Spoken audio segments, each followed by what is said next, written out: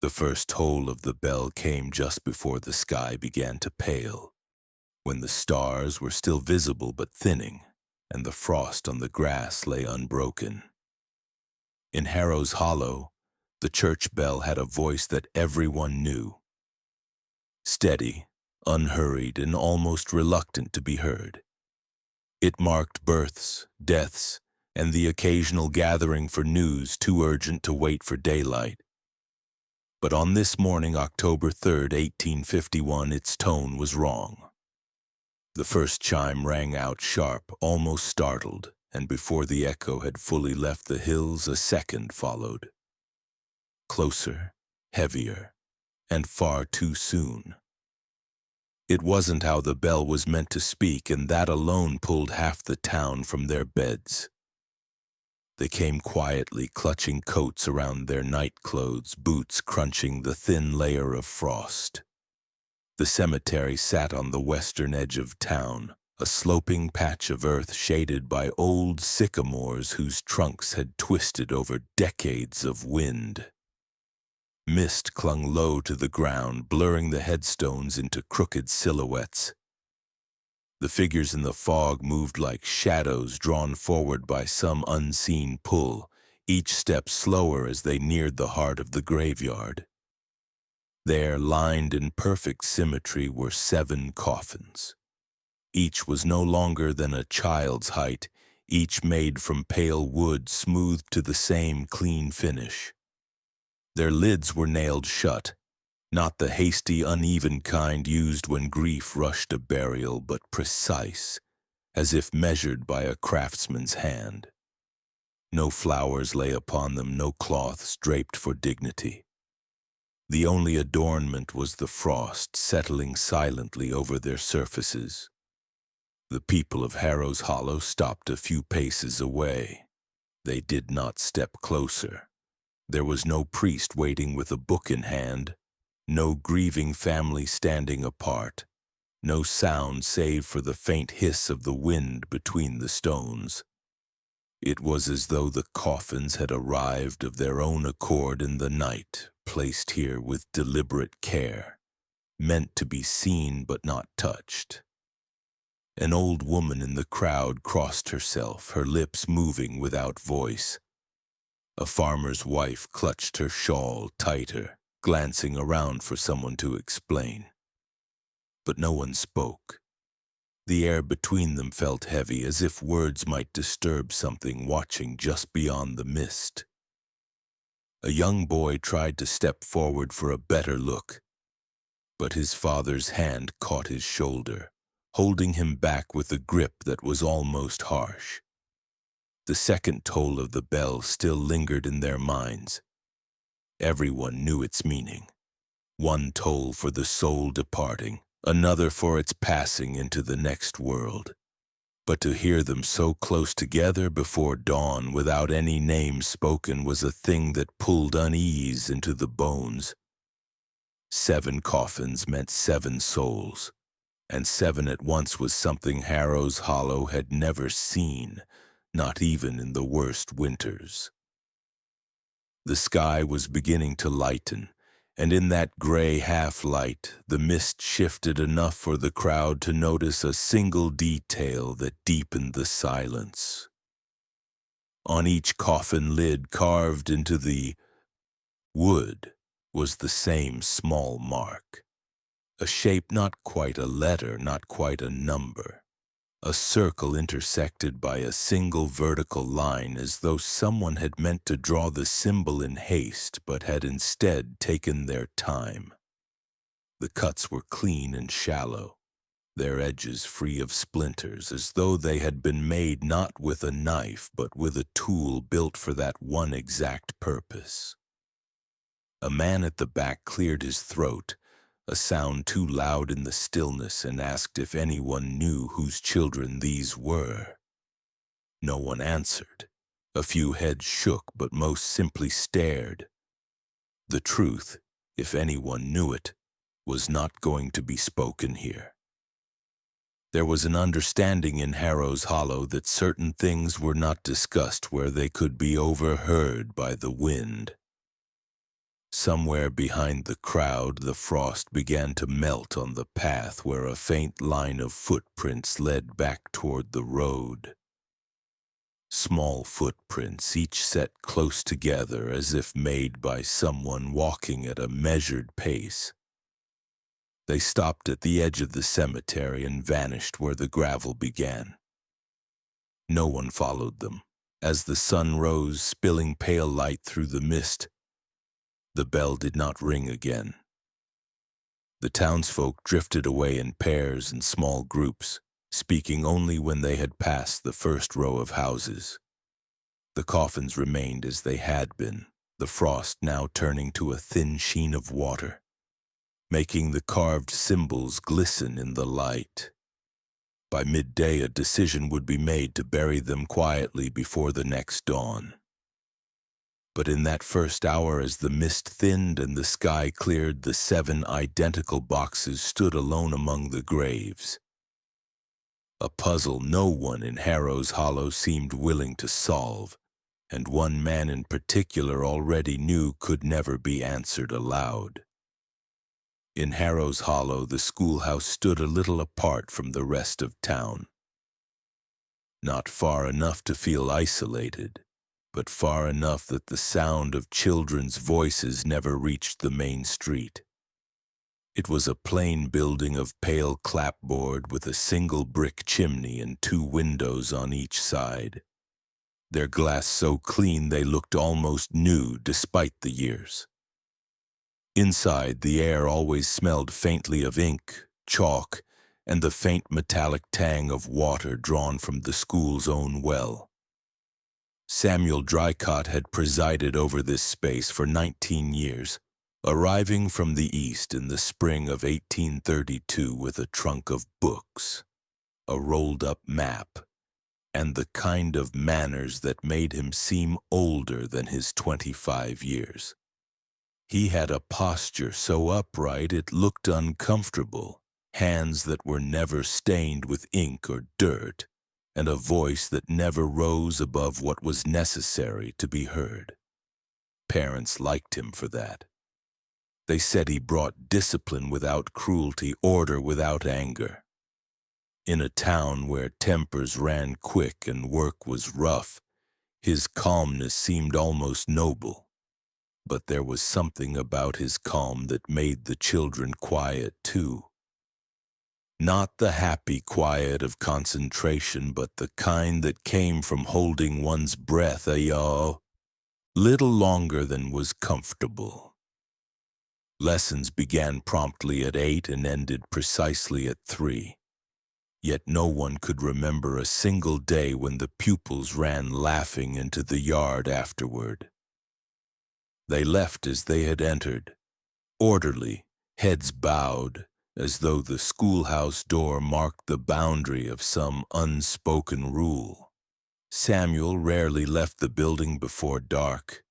The oil lamp in his window was often the last light burning in Harrow's Hollow, a pale square against the night.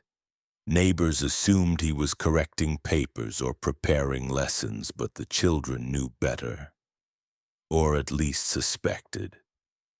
A few whispered that he sometimes asked certain pupils to stay after the others had gone, giving them extra work or something he called remedial practice. Those who stayed were never eager to talk about it. His manner with the townsfolk was unfailingly polite but distant. He accepted supper invitations only once, and even then he brought his own tea and declined dessert. When asked about his life before Harrow's Hollow, he would smile faintly and say there was little worth mentioning. Just the usual studies and a love for learning. Yet he remembered every detail about the people around him, the year their children were born, the way they preferred their letters written, even the illnesses that had taken their relatives. The mayor once remarked with admiration that Samuel had a mind like a ledger. The comment was meant as praise, but it was truer than anyone realized. Samuel's thoughts were as ordered as the lines in his neat handwriting, and like any ledger, they had columns unseen by others, lists and tallies that were not about sums of money but something far quieter and more final. In the autumn months, when the mornings were cold and the fields smelled of dying leaves, Samuel would sometimes stand at the schoolhouse door long after the children had arrived, watching the frost melt on the path where their small feet had passed. There was a faint, almost imperceptible satisfaction in his eyes, as if he were counting something only he could see. He was never unkind in his punishments, yet they carried a strange permanence.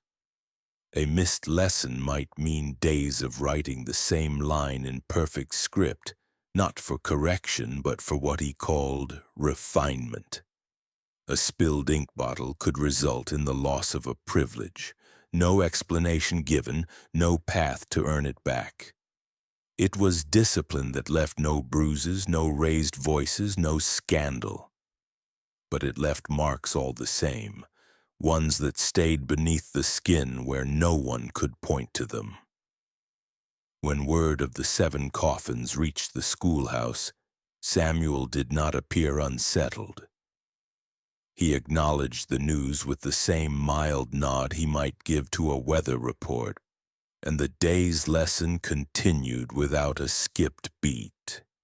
His handwriting on the blackboard remained as steady as ever, the letters evenly spaced, the chalk dust falling in soft, neat lines to the floor. If the children glanced at him more than usual that day, they found no crack in his composure. By dusk, the lamp in his window burned as it always did. From the road, its glow looked like the sign of a man devoted to his work, a man untouched by grief or fear. Inside, however, Samuel sat at his desk with a small leather-bound book open before him, his pen moving in precise strokes as he wrote a name on the next empty line.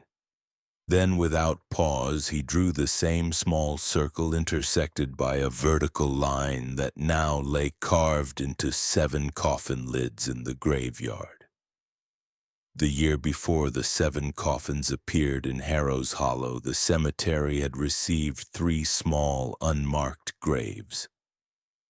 Their burials were quiet affairs carried out at the edges of dawn with only a handful of witnesses. The explanations were swift and tidy.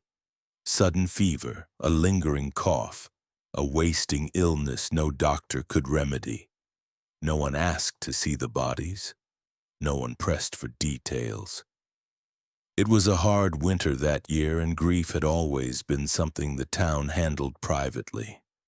Yet even in their privacy, there was something unusual about those deaths. The parents seemed unchanged. Their eyes were red, but there was no shaking in their hands, no collapse into the arms of neighbors. They stood straight during the burials, their lips pressed into thin, unyielding lines, and they left as soon as the last spade of earth was patted flat. The first was a boy of 8, Thomas Everly, who had been a quiet student in Samuel Drycott's class.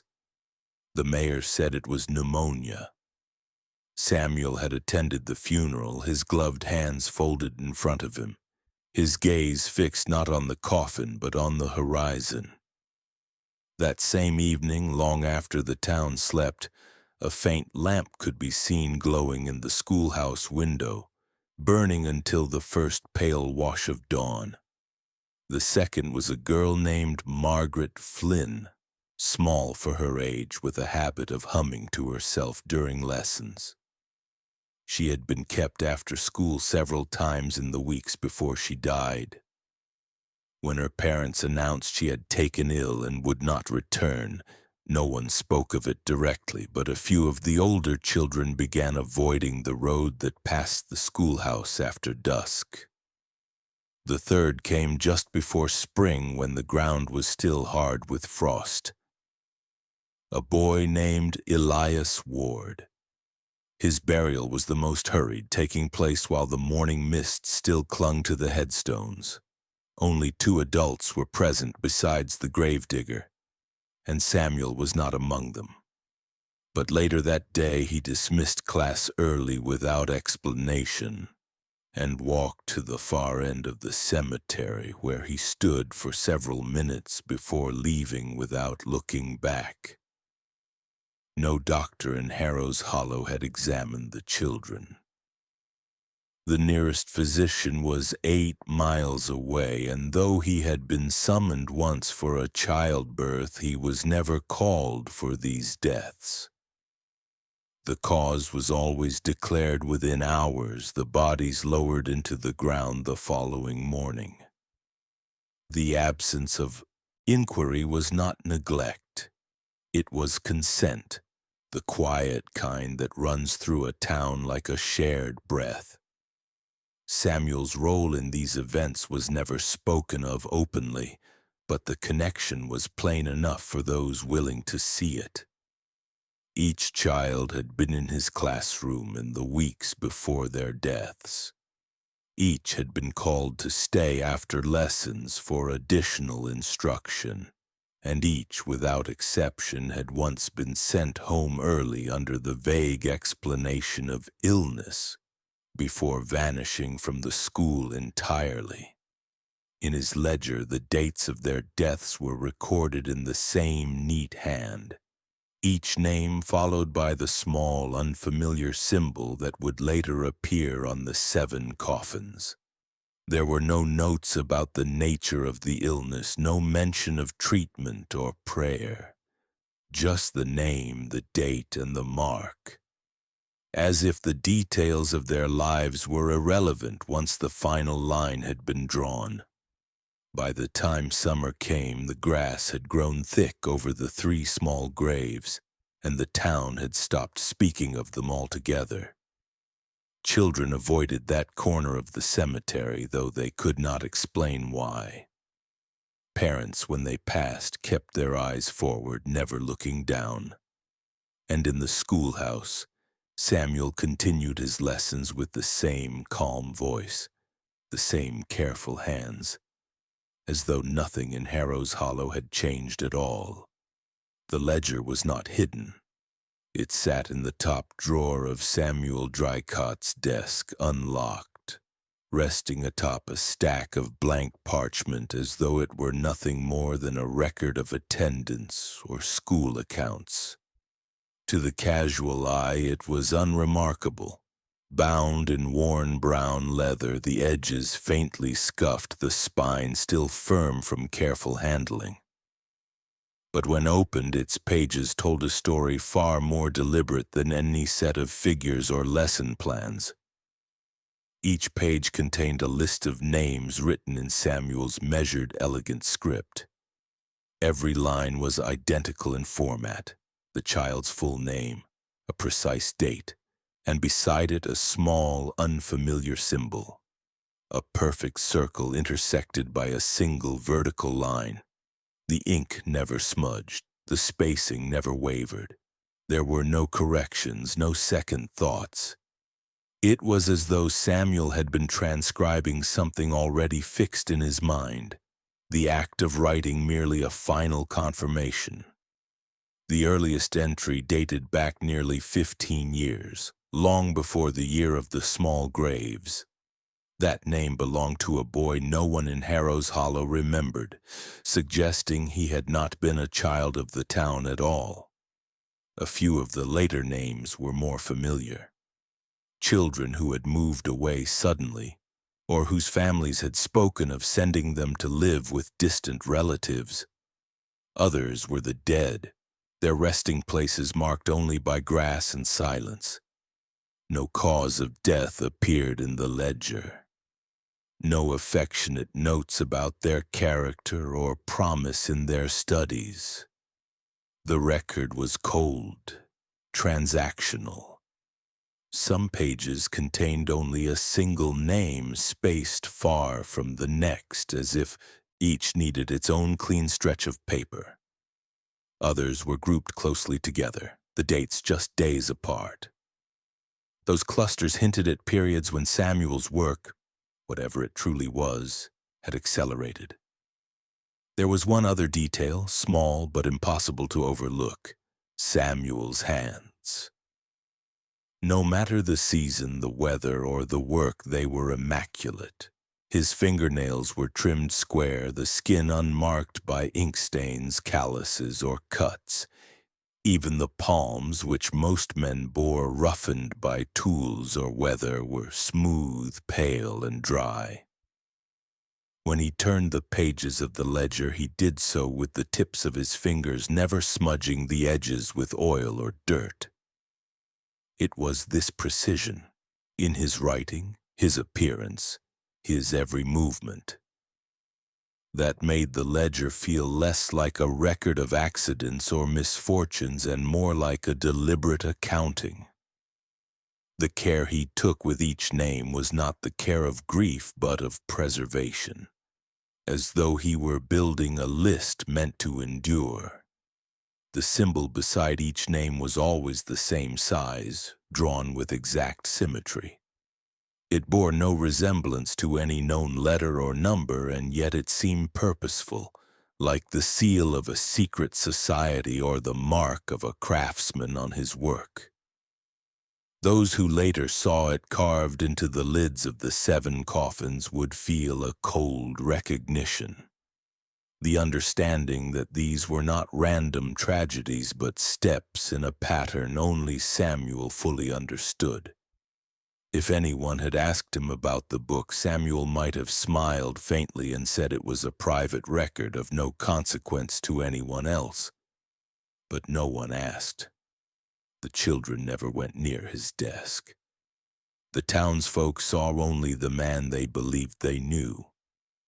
The schoolmaster who brought order, the man who never raised his voice, the one whose hands somehow always seemed clean. And so the ledger remained where it had always been, in plain sight, each page waiting for the next name, the next date, the next mark in the silent pattern Samuel had been keeping for nearly 2 decades.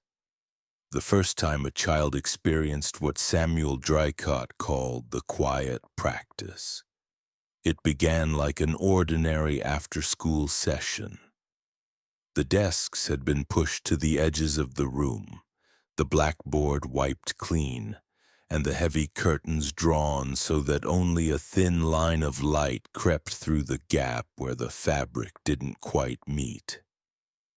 The air felt heavier in that dimness, still warm from the bodies of the day's class, but unmoving, as though even the dust in the air had learned to stay in place. Samuel would close the door behind the last pupil and lock it with a soft click, not for fear of interruption, but to create a sense that the room no longer belonged to the outside world. He would then lead the child to the center of the floor, place a wooden chair there and have them sit with their hands resting on their thighs, palms down.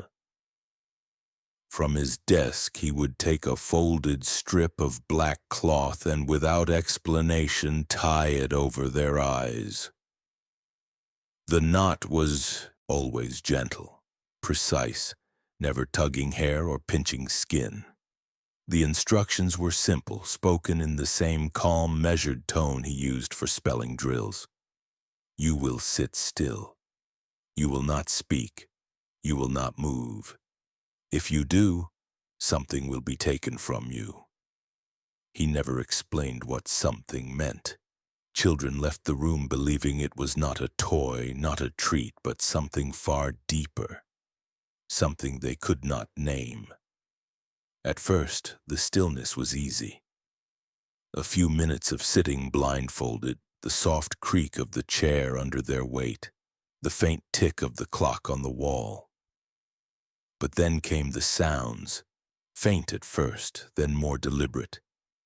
The slow scraping of wood across the floor, the faint drip of water into a metal basin. sometimes a shuffling sound as though something was being dragged a short distance, then set down with care. Samuel never told them what made these noises. He simply let the silence between them stretch until their own thoughts began to fill it with shapes and possibilities. The longer it went on, the heavier the air seemed to grow. The children described it later, when they dared, as if the room itself were leaning in toward them, the walls pressing closer with every breath they took. Some began to count in their heads to steady themselves. Others tried to remember the sound of the bell outside, the voices of their parents, anything to anchor them to something familiar. But inevitably the mind would wander back to the darkness, to the sense of being observed. For Samuel, this was the essence of the exercise, not obedience but control. He was teaching them to inhabit a space where every instinct to move, to speak, to flee had to be buried under stillness. He called it discipline, but in his private thoughts it was something more. A preparation for the moments when stillness could mean the difference between life and death, or between a clean experiment and a ruined one. If a child shifted in their seat, he would approach quietly, untie the blindfold, and dismiss them with no explanation. They would leave knowing they had failed, though they could not articulate why. If they endured without movement, he would remove the blindfold himself, place a hand lightly on their shoulder, and tell them they had earned the privilege of continuing. That privilege was not sought after. The ones who continued often came back from those sessions pale and slow to speak, their eyes fixed on some point in the distance as though part of them had not returned with the rest. They did not describe what happened in those deeper sessions, only that they were different from the first. In time, the other pupils learned not to ask. The quiet practice was never written in any school records, never mentioned to parents. It took place in the hours when the sun was low and the air in the schoolhouse turned thick with shadow. And each time, Samuel recorded the date in his ledger, drawing the familiar small circle with the vertical line beside it. A mark that would, months or years later, appear carved into something far colder and more permanent. For nearly 2 decades, the schoolhouse in Harrow's Hollow had been taken for granted. A plain 2-room structure with creaking floors and the faint smell of chalk. No one had reason to believe there was anything beneath it but dirt and the stone piers that kept it from sinking into the wet spring ground.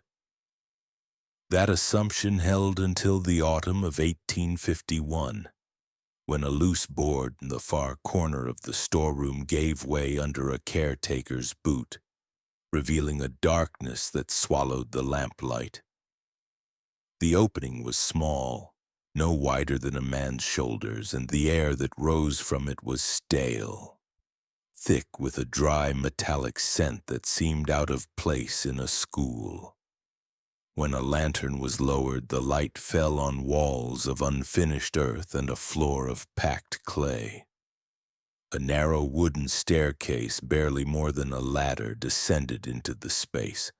The caretaker, curious despite his unease, went down far enough for his boots to touch the floor. That was when he saw them. Lined along one wall were wooden boxes, each narrow enough for a single occupant, each fitted with a hinged lid and a row of small, evenly spaced holes drilled into the top. The boxes were not coffins, at least not in the way most would define them. They were too refined for crude burial, yet too confining for comfort. The interiors were lined with coarse wool that had worn thin in places, and on the inside of more than one lid were shallow scratches, uneven and desperate. The boxes varied slightly in size, though none were large enough for an adult. Some bore dark stains along the wool near the headrest, stains that had seeped into the wood beneath. Others smelled faintly of something sharp, chemical, a scent that lingered even after years in the dry air. In the corner of the chamber stood a small table with a ceramic jug, an hourglass, and a brass pocket watch. The jug was empty, but the inside was ringed with residue the color of rust. There were no chairs, no bedding, no sign that this place had ever been meant for teaching or storage. It was a space for holding and for watching. The lantern light caught on a series of faint marks etched into the packed clay floor, arranged in a deliberate pattern. Small circles intersected by vertical lines, each the same size and angle as those in Samuel's ledger. They formed no clear words, yet the repetition gave the chamber a sense of belonging to something older and more organized than one man's private cruelty. The caretaker did not linger. He climbed out, replaced the board, and said nothing to anyone that night. But the discovery would not stay buried. Within days, whispers ran through the town, each retelling sharper than the last. Some said the boxes were punishment cells for unruly pupils. Others insisted they were part of some teaching experiment meant to test endurance or obedience. The few who had seen them firsthand did not offer corrections, perhaps because they knew the truth was worse than either. When Samuel was confronted about the space, he did not deny it existed. He only said it was a place of discipline, a term he spoke without shame. His voice carried the same even tone it always had, as though the matter were as ordinary as a misplaced slate or a torn book. He offered no details about who had occupied the boxes or why some bore scratch marks while others did not. Later, when the chamber was examined more thoroughly, a single piece of paper was found tucked into the lining of one box. A child's handwriting, shaky and faint, with only 3 words written over and over again. I will be still. The paper had been folded so many times it was soft at the edges, as if handled for hours in the dark. Whatever Samuel had done beneath the floorboards, it had left no trace in the official records of Harrow's Hollow. But in his ledger, 7 more names appeared in the weeks after the caretaker's discovery, each with the same small symbol beside it. Samuel Drycott did not think of himself as a killer. In his mind, he was a student, one whose subject was not arithmetic or grammar, but the delicate boundaries between life and death. The ledger was his textbook, the chamber beneath the schoolhouse his laboratory. And breath, the invisible thread that tied a body to the world, was his primary instrument of study. He had begun his lessons years earlier, testing how long a child could remain still under blindfold without speaking, without twitching, without shifting in their seat. But stillness was only the beginning. Samuel's real interest lay in the edge of survival, that precise moment when the body's demand for air overwhelmed the mind's capacity for control. He believed it could be measured, even shaped through repetition and pressure. The boxes beneath the floor were his tools. Each one was fitted with small air holes, enough to delay panic but never enough to allow comfort. Samuel would place a pupil inside, not suddenly or with force, but with the same calm he used when seating them at a desk. He would speak softly through the holes, giving them instructions.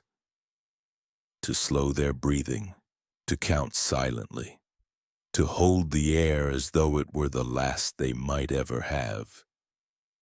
Sometimes he used the hourglass on the table, its thin stream of sand falling in steady, soundless trickles.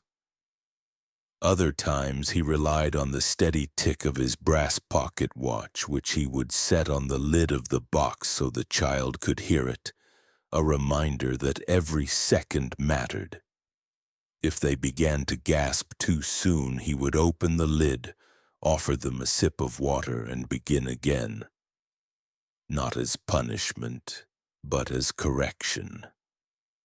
Samuel was meticulous in his methods. He varied the number of air holes from one session to the next, noting in his ledger how long it took before the occupants' breathing became labored, how quickly their pulse rose, how their voice, if they called out, changed in tone as oxygen thinned. He did not allow screams. Those who screamed were removed early, marked as failures. Those who stayed silent were pushed further, their time extended by minutes, then more. It was not always deprivation. Some boxes were fitted with a hidden funnel through which Samuel would slowly introduce scents, lamp oil, vinegar, or burning cloth, watching to see how long the occupant could remain before their lungs demanded escape. He seemed fascinated by the body's ability to adapt, to endure longer when distraction was removed, or to fail faster when the mind believed it was safe. There were accidents, though Samuel never called them that. Sometimes the timing was misjudged, the air holes too few, the occupant too small or too frightened to manage their breath as instructed. When this happened, Samuel did not panic. He would open the box, watch the chest rise and fall, or fail to, and record the time in his ledger with the same precision as any other result. In his eyes, every outcome was useful.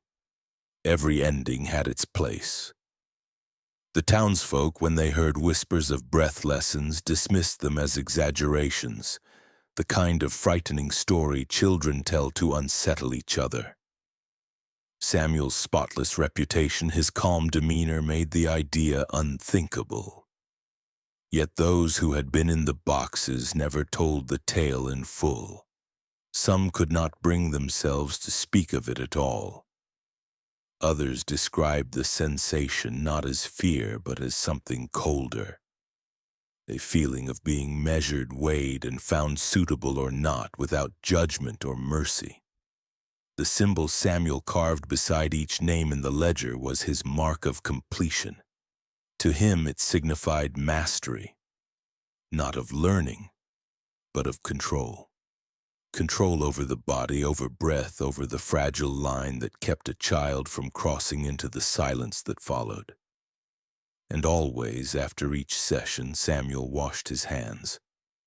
Slowly, thoroughly, with the same care he used for every part of his work. When he dried them, they were clean, pale, and still, as though they had never touched anything living at all. Among the 7 coffins buried at dawn, 2 bore names that belonged to the same family.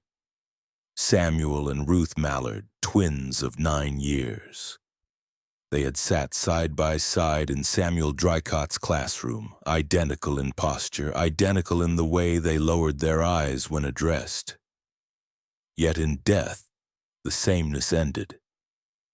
The town whispered of it before the burial, though no one dared speak the details aloud in the open air. The coroner, a man brought quietly from 2 towns over, had been told to make his notes brief.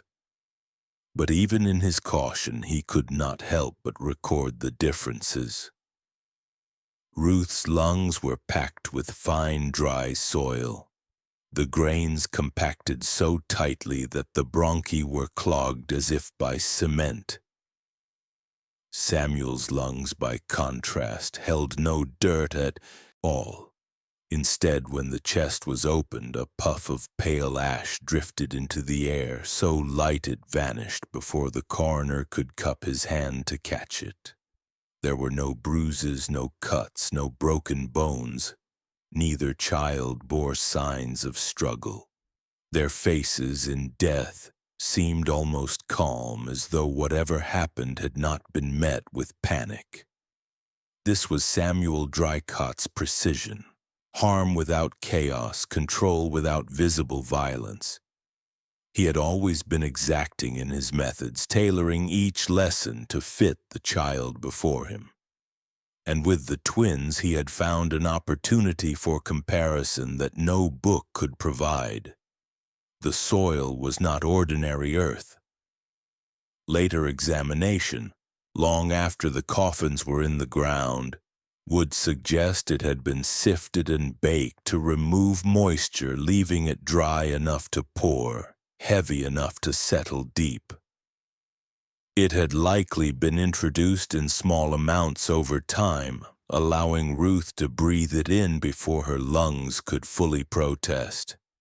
The ash in her brother's lungs was even stranger, fine, white, free of the scent of burning.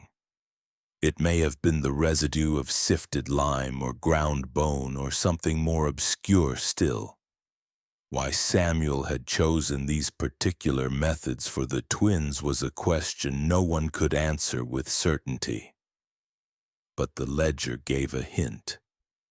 The twins' names were written on the same page, one above the other, the same date beside each, but with subtle differences in the symbols beside them.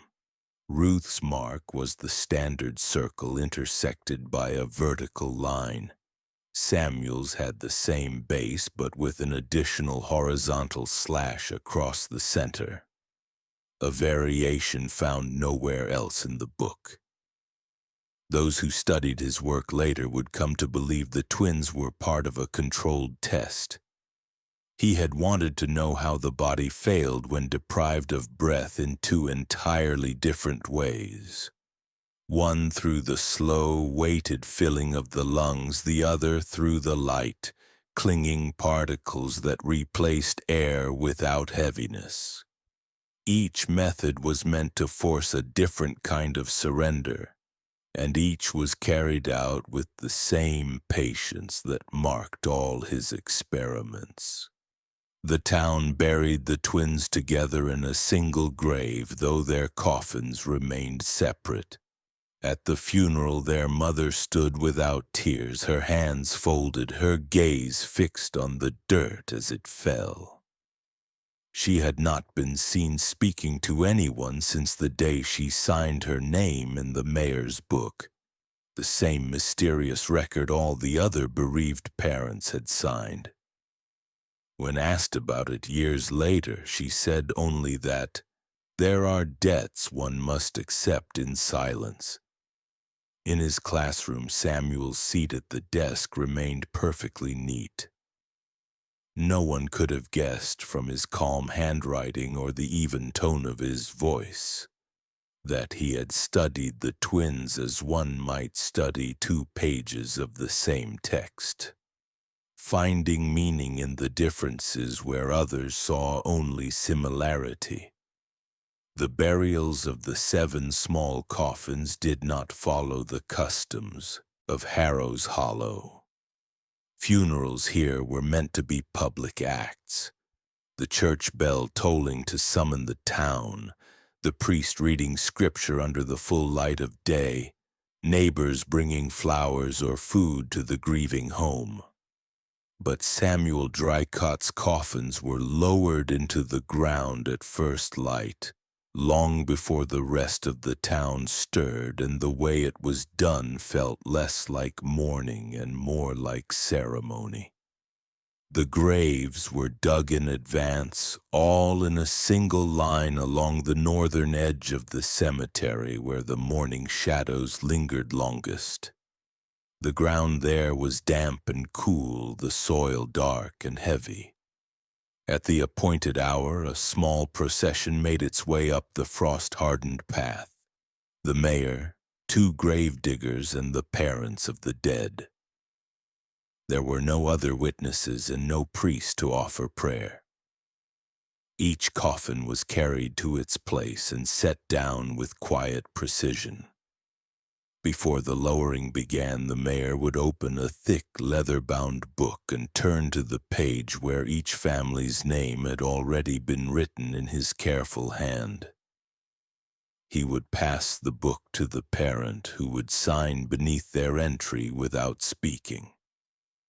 The act felt transactional, as though the burial was the fulfillment of some agreement made elsewhere, under circumstances never to be discussed. Once the signature was given, the coffin was lowered, and the gravediggers began to fill the earth. The parents stood still, neither weeping nor looking away, their eyes fixed on the ground until the last spadeful was patted flat. No flowers were placed, no headstones were set. Instead, a small, smooth river stone was laid atop each fresh mound, its surface carved with the same small circle intersected by a vertical line. The symbol from Samuel's ledger and from the coffin lids themselves. The entire burial of all 7 coffins took less than an hour. When the final stone was laid, the mayor closed his book and the group dispersed without ceremony. The gravediggers remained only long enough to tamp the earth once more before leaving their tools against the shed. By the time the sun had risen high enough to burn away the frost, the cemetery was empty again, save for the new line of low mounds beneath the sycamores. Those who noticed the fresh graves later that morning said nothing. It was as though the town had collectively agreed to look past them, to treat them as features of the landscape rather than recent losses. Even the children, curious by nature, avoided that stretch of ground. Whether it was out of respect or fear, no one could say. The secrecy of these burials did more than conceal the deaths.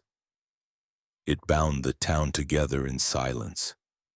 No one spoke of the coffins in the market or at the church or in the fields. The bell did not toll for the 7 again. And in the schoolhouse, Samuel's lessons went on as before, his voice steady, his hands clean, as though nothing had been buried at all. But in the mayor's book, the signatures remained.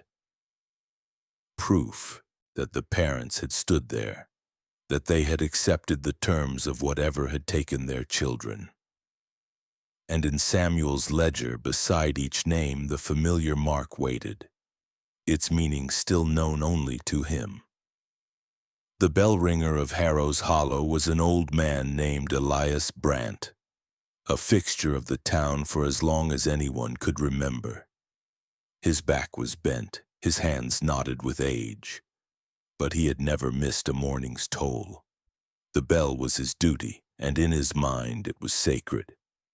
For births, deaths, or gatherings, Elias followed the same rhythms. Slow, measured strikes spaced by breath, each one carrying across the fields. But in the autumn of 1851, those rhythms had changed, and Elias had been the one to change them. It began with Samuel Drycott's quiet request. He had come to Elias on a late afternoon when the air smelled of smoke from the burning leaves, speaking in his usual calm tone. He wanted the bell rung twice on certain mornings, once for the moment of passing, and again moments later for what he called the passing of knowledge. Samuel didn't explain the phrase, but he said it with such certainty as if Elias should already understand. Elias had been uneasy, but he had agreed. It was not in his nature to refuse the schoolmaster, a man the town trusted, a man who carried himself with the kind of dignity Elias believed belonged to those who worked in the service of others. And so, on the morning Samuel indicated, never giving the reason, only the date, Elias climbed the narrow steps to the bell and tolled it twice, letting the sound fall heavy over the sleeping town. But the morning of October 3rd was different. 7 coffins appeared in the cemetery before dawn, and Elias knew the date Samuel had given him matched each of the children who now lay inside them. The truth settled into his bones with a weight heavier than the bell's rope in his hands. The second toll was no mere tradition. It was a mark, a signal that whatever Samuel had been doing was complete. For weeks, Elias kept the knowledge to himself. His hands still pulled the rope when asked, though now the act felt like sin. It wasn't until the frost had returned to the ground and the air turned sharp with winter that he finally spoke, calling the mayor to the belfry under the pretense of a broken pulley. There in the narrow wooden space that smelled of dust and iron, Elias told him everything. The visits, the requests, the dates. The mayor's face did not change as Elias spoke. He asked no questions, offered no judgment. When Elias finished, the mayor only said, "There are things in this town that must remain as they are," and stepped back down the stairs without another word. Elias understood the meaning well enough. The truth would stay locked in his own head, unspoken as it always had. Still, the confession left Elias altered. He began to toll the bell more slowly, his hands lingering on the rope as if reluctant to let it fall. He stopped going to the schoolhouse to collect small repairs as he once had, crossing the street instead to avoid the sight of Samuel's calm figure in the window. At night he dreamed of the sound of the bell's second strike, each echo stretching longer and longer until it felt like it would never fade. Years later, when pressed by an outsider who had heard whispers of the town's past, Elias would finally repeat what Samuel had told him. Those 5 words that had never left his mind. The passing of knowledge. He said them slowly, as if testing how they felt in the mouth after so long, and shivered as though speaking them had summoned the cold from the ground itself. When the authorities finally came to Harrow's Hollow, it was not with the urgency of men chasing a murderer, but with the careful, deliberate pace of those instructed to avoid making noise. 2 deputies from the county seat arrived in a mud-spattered wagon on a gray morning. Their uniforms worn thin at the elbows, their expressions unreadable. The town gathered quietly at the edges of the street to watch them pass. No one stepping forward to greet them. No one pointing toward the schoolhouse. It was as if the town itself had decided to stand back and let whatever was coming unfold without their hand in it. Samuel Drycott was in his classroom when they found him, seated at his desk with the ledger open before him and his pen moving steadily across the page. He looked up when the deputies entered, not startled, not curious, only pausing long enough to blot the ink before folding his hands neatly on the wood. They told him he was wanted for questioning. He nodded once, rose without resistance, and closed the ledger as if marking the end of a lesson. His composure was so complete it unsettled even the deputies who had expected argument or fear. They did not cuff him. He stepped into the wagon as though it were a carriage arranged for a formal visit. The mayor met them at the corner and spoke to the deputies in low tones too quiet for anyone nearby to catch. When he was finished, one of the deputies gave a small nod, and the wagon turned not toward the courthouse but toward the old brick asylum on the outskirts of the county. Word spread quickly. There would be no trial. The explanation, when it was given at all, was that the matter was not suitable for public hearing, that the evidence was sufficient for confinement but not for open court. No one in Harrow's Hollow asked for further details. It was easier to let the matter pass into the silence that seemed to be the town's second language. At the asylum, Samuel was processed like any other patient. Name, age, brief medical examination. The intake clerk later recalled how steady his pulse had been, how cool his skin felt even in the warm office. When asked about his mental state, Samuel simply replied, "I am orderly," as though that were the only condition worth recording. He was placed in a private cell, its walls bare, its single window too high to see from unless one stood on the narrow bed. For a short while there were letters, precise, evenly spaced, addressed to no one in particular. They arrived at the mayor's office once a month, each containing a single sheet of paper with one name written on it, and beside it the small circle intersected by a vertical line. None of the names belonged to current pupils. Some were not even children. The mayor never showed the letters to anyone else, and after a time, they stopped coming. The asylum's records from those years would later vanish in a fire. The official story was that Samuel died there in his 12th year of confinement, though no death certificate was ever filed. Some believed he had been quietly moved to another facility under a false name. Others whispered that the mayor had ensured his removal to a place where no further record could be kept. In Harrow's Hollow, life resumed its measured pace. The schoolhouse remained closed, its windows shuttered, the ground slowly overtaken by weeds.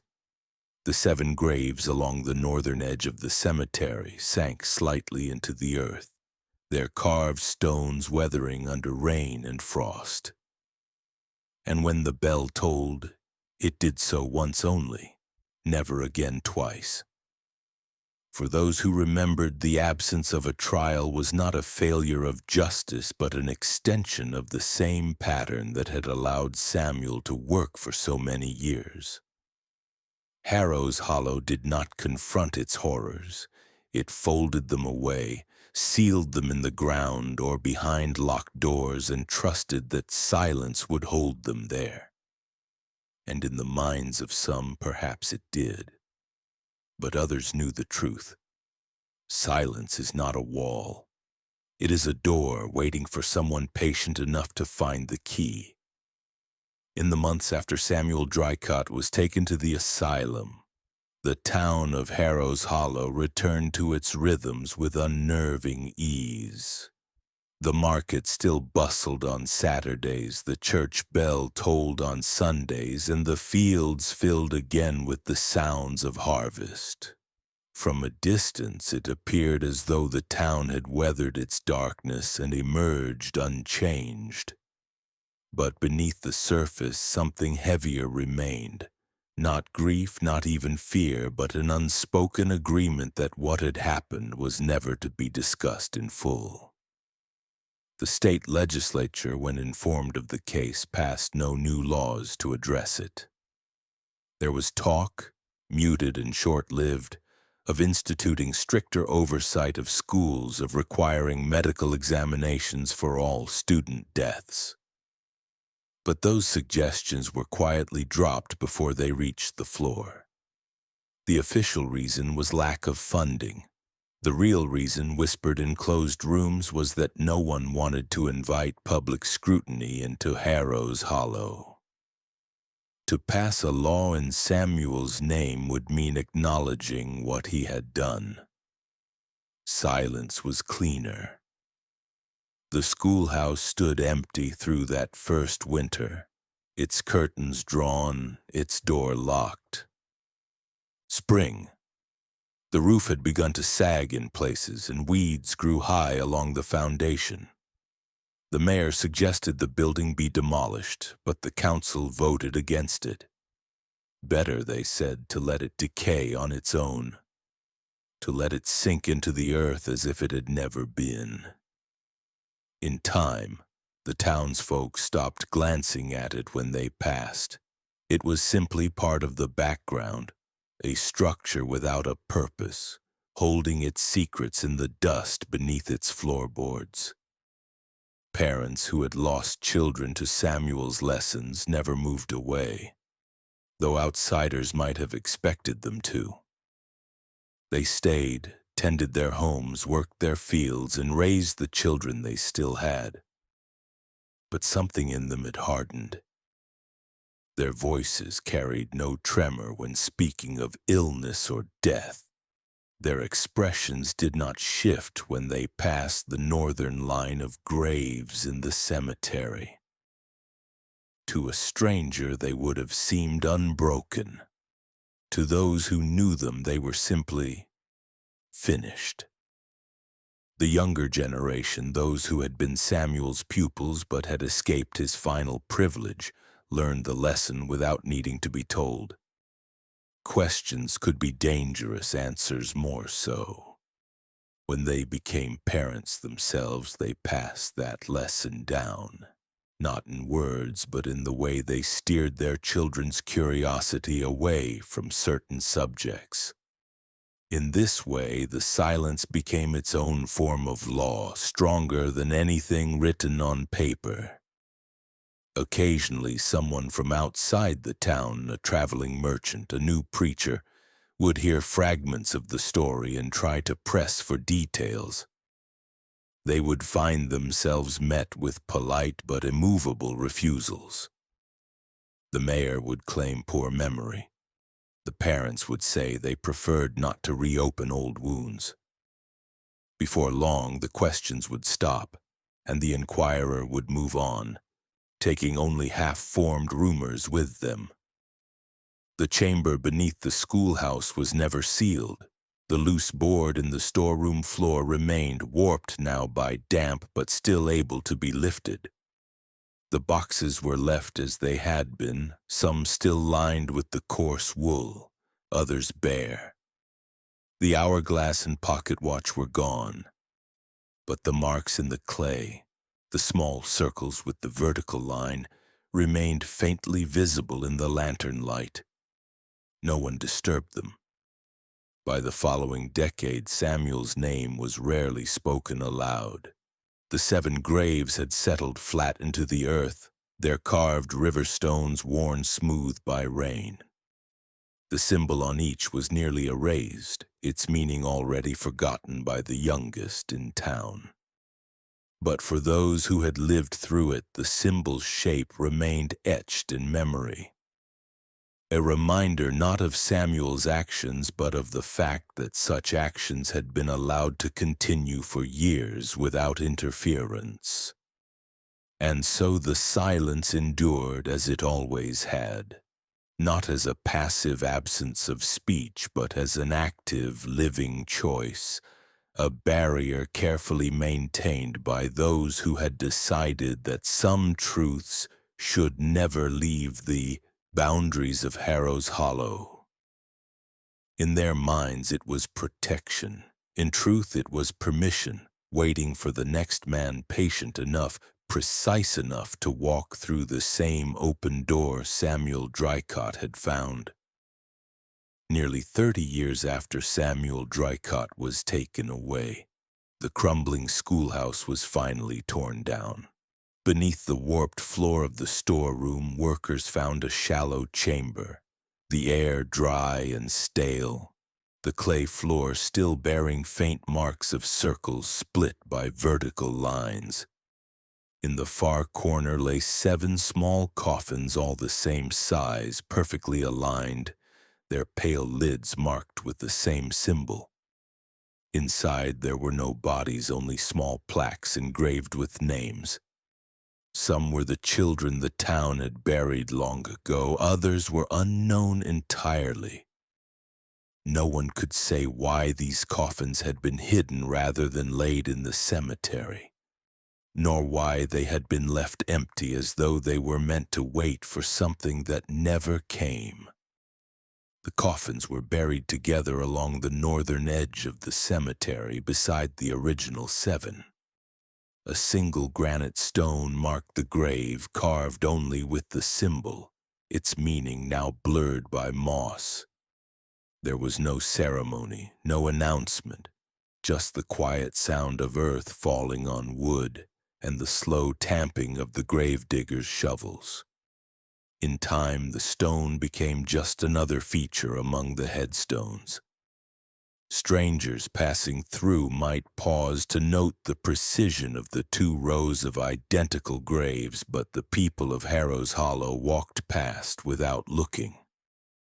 The story had been folded into the ground, the silence around it hardened into habit. To those who remembered, the matching coffins were proof of what Samuel's work had always been. Not chaos, but a pattern. Measured, deliberate, and perfectly repeatable.